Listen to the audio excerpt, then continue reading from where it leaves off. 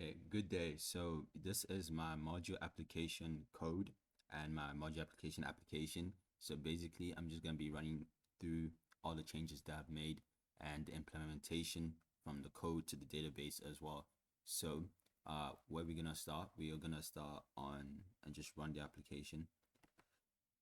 So basically, when we run the application, the first thing that the user is going to see is going to be a register account. I don't want to make this too big to be overwhelming, so it's just going to be a simple student number, first name, last name, password, and register, and already have an account. Now when you press this button, or when a user presses already have an account, it's going to send them into the login page. But since we're just going to pretend that no, we don't have an account, we're just going to register first, and we're going to say student. We're going to go st3 for student. Actually, we're going to go st4 for student. And then for the first name, we're gonna go Leo and maybe say Caleb. And then for the last name, and then for the password, it's gonna be simple 2345. And then we're just gonna register. So now it says registration successful. So we're gonna say okay, and then it's gonna bring us into our login to our login account. So basically now we're just gonna log in, and then it says log into your account. We're gonna log in, and you're gonna use the same student number and the same password that you used to just log in. So it was st4, and obviously if you don't leave your password wrong like that, it's gonna show you an error and say that please fill in both uh, student number and password. Let me just let me just do that so it doesn't make noise. All right, so it's gonna say please fill in both student number and password, and you're just gonna say okay. And then if your password is wrong, let's just say it was that, like it's just random letters, it's also gonna tell you login failed, please check your credentials. But then since the password was 2345, then we're gonna press in login. Now after we press in login, I have used, so it's required for us to use multi-threading. So I decided to use multi-threading and link it between the login page and the main window page. So basically after a user has pressed login, in the code there's a sync task that allows for a delay for like just like 1 second, where the after pressing the login button, it just runs the task for the main window, and then that pops up. So that's where I use my multi-threading in my application. So we're just gonna log in. It's gonna say login successful, and it's gonna say okay. And now it's loaded up the main application.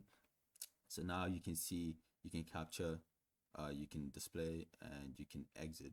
Notice how there's nothing in our display yet, because one functionality for that is required in this POE part 2 is that each user is only able to see their own data. So basically we have no data yet. That's why we can't see anything. So we're just gonna capture a few projects, and we're gonna go let's go physics. We're just gonna go physics. You're just gonna write it like that, or we're gonna say no, actually let's go FS123, and then we're gonna go right physics, and the credit would be 40, and then the class hours per week would be 3, and then number of weeks would be 2, and then we're just gonna select a date, which we can just select today's date, and then it's gonna record the self-study hours per week, and then we're gonna save that. So basically it's displayed here on 197, but we can also go here to display, and then also display in the display option.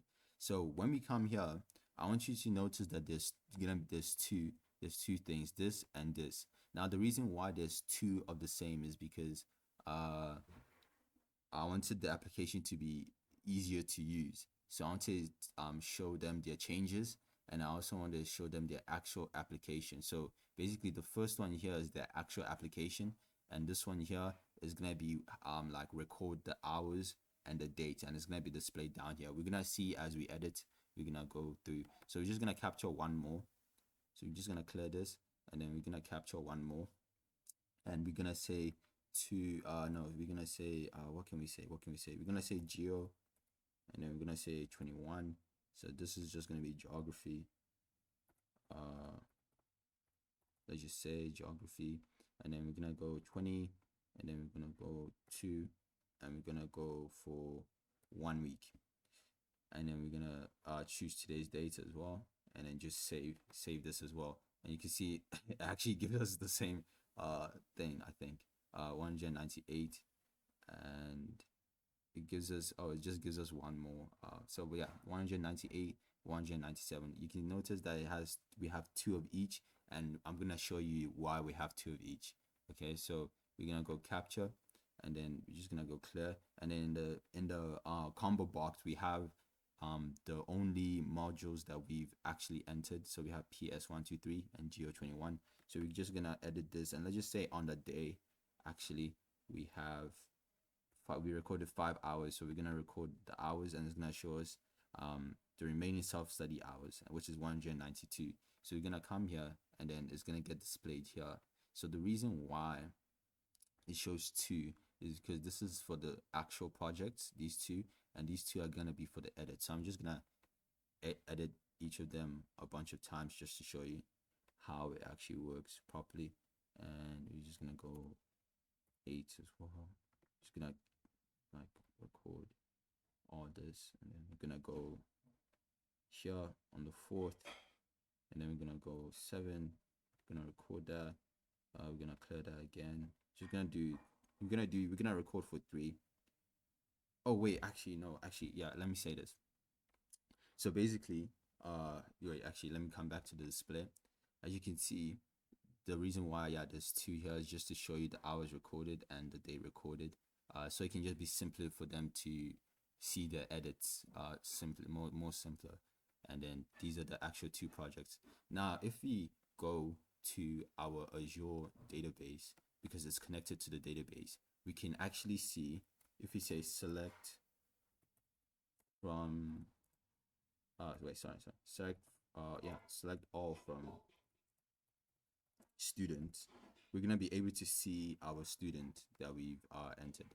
Now there's going to be 3 students, but it's fine. This is our student that we captured just now, Leo Caleb 230. Yeah, and this is the password, and then we've also hashed the password as well. So under functionality that we were meant to do is to the user stores a hash of password, and and uses that to allow the user to log back into the app. So then the password was matched the password hash, and then when the user wants to log in again with the same password, it has to match this password hash as well. So that's basically, so we already before I started recording, I already did for ST1 and ST2. So this is ours ST4, and it's loaded onto the database as well. Now, if we go to projects, there's gonna be much more projects, because I also ran it for the other ST1 and ST2. If you say select all from projects, you're gonna see multiple. So you can see we have English, Geo, Literature, Programming, Physics, Psychology. So right now we just did Geography and we did Physics. So if you go Geography, we can see the number of credits, we can see the name of the module. You can see the code of the module, project name, start date, number of credits, class hours per week, number of weeks, duration, number of hours recorded, and the hours of self-study, and the corresponding student number. You can see each student has so the database and the code are linked together, and you can see that each student is linked to a project. So that this allows for when the user logs back in, they are able to, so the database the code retrieves from the database and only shows them their own project that they've entered corresponding to their student number. So you can see it's ST1, ST4, ST2, ST1, ST4, ST2. You can see these are the 2 projects that we put, and I want you to come here and notice the difference between the hours of self-study remaining and the duration. So you see it's 198 here, and now it's 190 here, and then it's 197 here, and it's 185 here. Let's just look at physics. So this is gonna be the physics. So this is physics.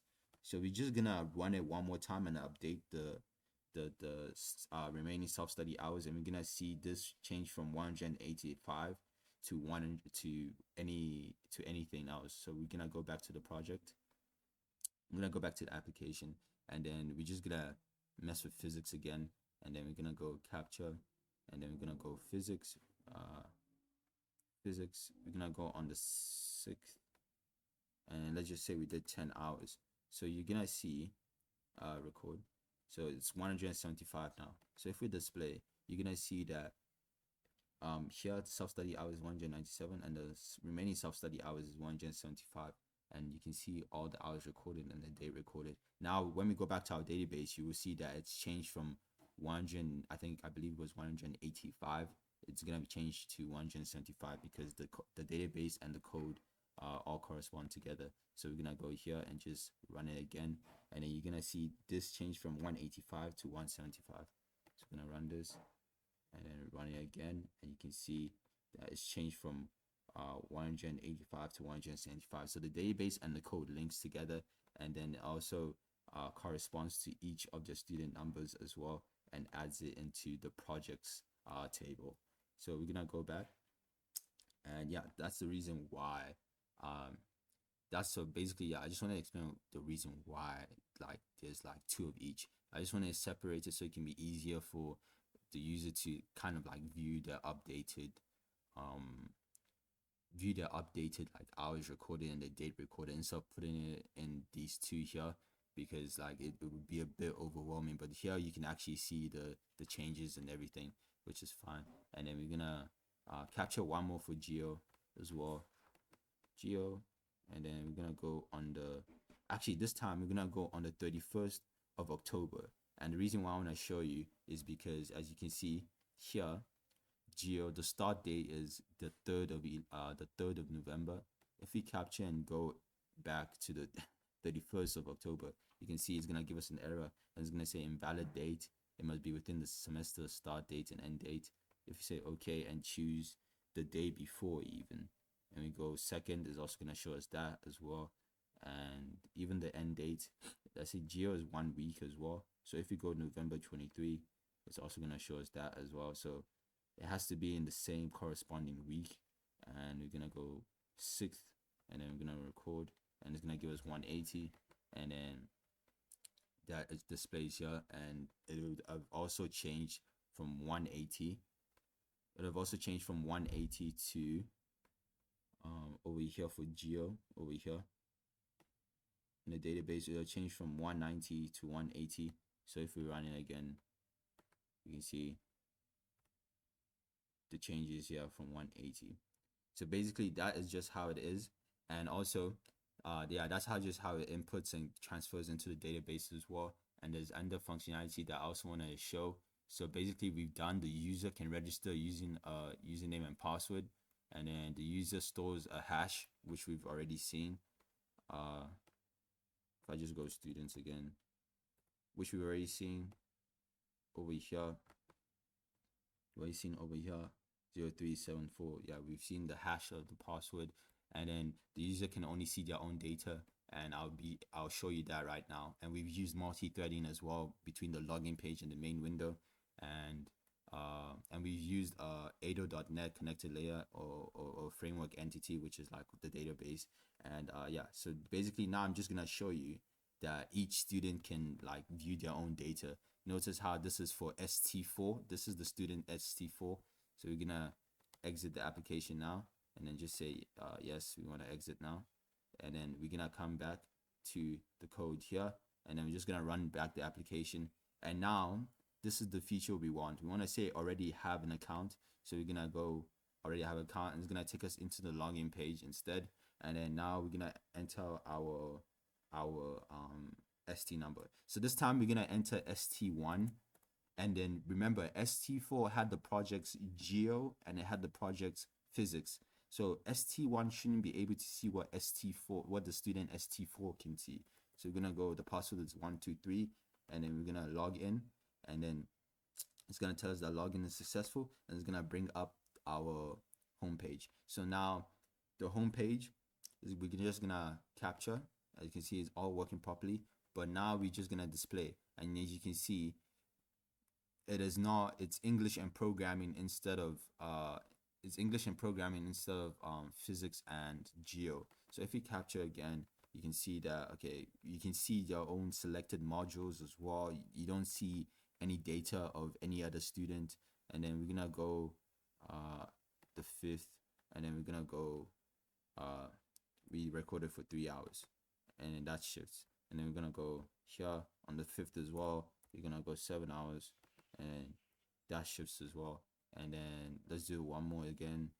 English, you're gonna go on the 6th, you're gonna go 2 hours, record that. And then for programming, you're gonna go 4 hours and record hours. And then that displays there, that displays here as well. And then it also updates in the database as well. If we say projects, and run this as well. Over here by English, is changed from to 123, and then as well as programming, which is this one here, it's changed to 112, which is what we have here. See, 112, 123. So each person can see their own data. We're just gonna do it for one more person as well. Which is ST2. So ST2, her name is Leah. So we're just gonna go here, ST2, and the password is Mayo, and you're just gonna log in, and you're gonna see that there's also different modules for that person as well. So we're gonna go capture. So you can capture here and display here, and then we can see it's literature and psychology. And then we can also, you can see in the combo box as well, there's 2 yeah, and then we go 5, record hours 126, lit, record hours 76. We can display here, and then you can see it's changed as well. We can do it one more time. 6, 5, 6, record again, lit, 6, record 70, and you can see it's been displayed here. And then if you go back, so it should be 70 and 120 now, remaining self-study hours. So we're gonna go here, and then we're just gonna run this again. And there you go, the changes are here at 70, 70, and it was 70 and 120, 70 and 120 here. So basically, yeah, so that's basically how it works. So this is all the functionality that is required for POE part 2. Again, I'm just gonna list them again. We saved the data onto a SQL database, and it's loaded back again when the application is restarted. We've done that. The user can register using a username and password. I've shown that. The user stores a hash of the password and uses that to allow the user to log in the app again. We've done that. The user can only see their own data and never that of others. We've also done that as well. And yeah, and I think the user interface is easy to use as well, as already displayed here. I made it easier for the user to kind of see their changes instead of actually displaying it here. That's why there's multiple, that's why there's like double, if that makes sense. So yeah, that's why I have done that. And yeah, we've also used multi-threading, as I've already explained, with the login and the main window, so that after logging in, the task can run through. And yeah, so basically that's just the whole application. And yes, thank you for watching. I appreciate it. We're just gonna log out here as well, say yes, and yeah, so we've logged out. And yeah, thank you.